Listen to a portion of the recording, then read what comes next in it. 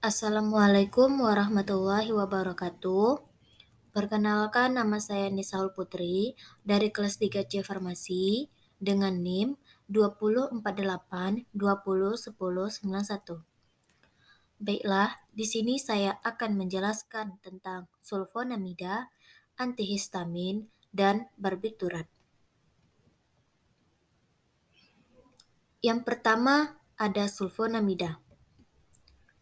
Sulfonamida terdiri dari antimikroba dan bukan antimikroba.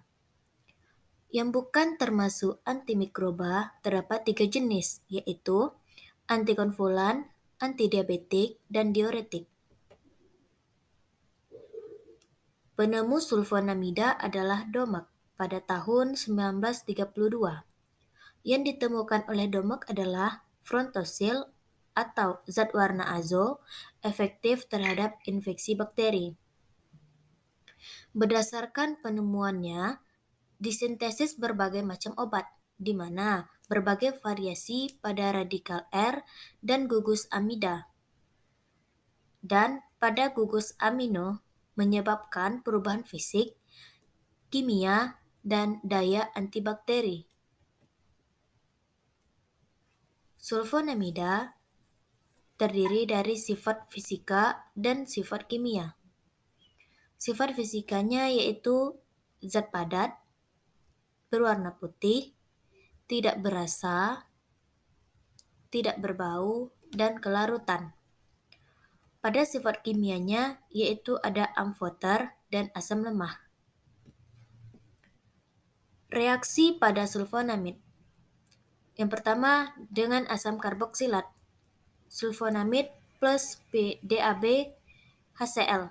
Yang kedua ada uji diazo, yaitu sulfonamid plus NO2. Yang ketiga ada uji indofenol, yaitu sulfonamid plus OCl plus fenol. Yang kedua ada antihistamin.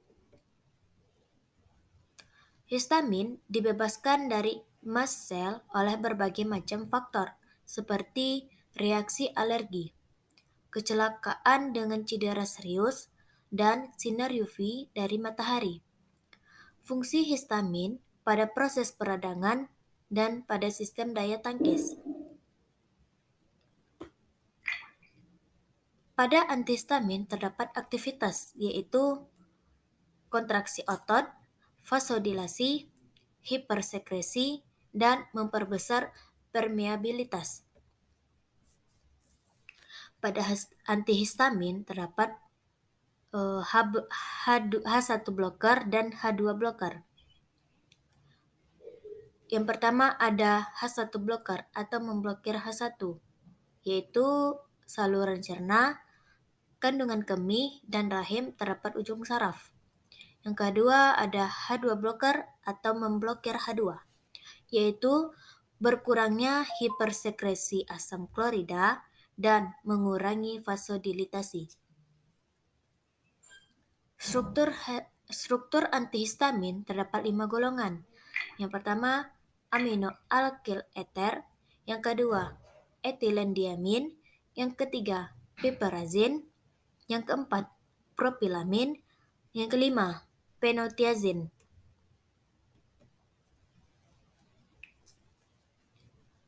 Antihistamin mempunyai sifat, yaitu bersifat basah, tidak larut dalam air, dan rasanya pahit. Ada pula reaksi antihistamin, yaitu reaksi warna. Pertama ada Mayer, VSCl3, H2SO4, NHO3 pekat. Yang kedua ada reaksi pengendapan atau kristal. Dan yang ketiga ada asam pikrat. Yang ketiga ada barbiturat. Kegunaan barbiturat yaitu untuk kejang, insomnia berat, gangguan kecemasan, dan anestesi. Barbital mempunyai inti hasil kondensasi ester etil dari asam dietil, malonat dengan ureum, di mana R1, R2, R3, dan R4 adalah substitusi yang menentukan struktur dari barbital. Ada pula sifat-sifat barbital. Yang pertama, sukar larut dalam air. Yang kedua, bentuk keto larut dalam pelarut. Yang ketiga, garam Na-nya dalam larutan mudah terhidrolisis. Yang keempat ada dapat menyublin.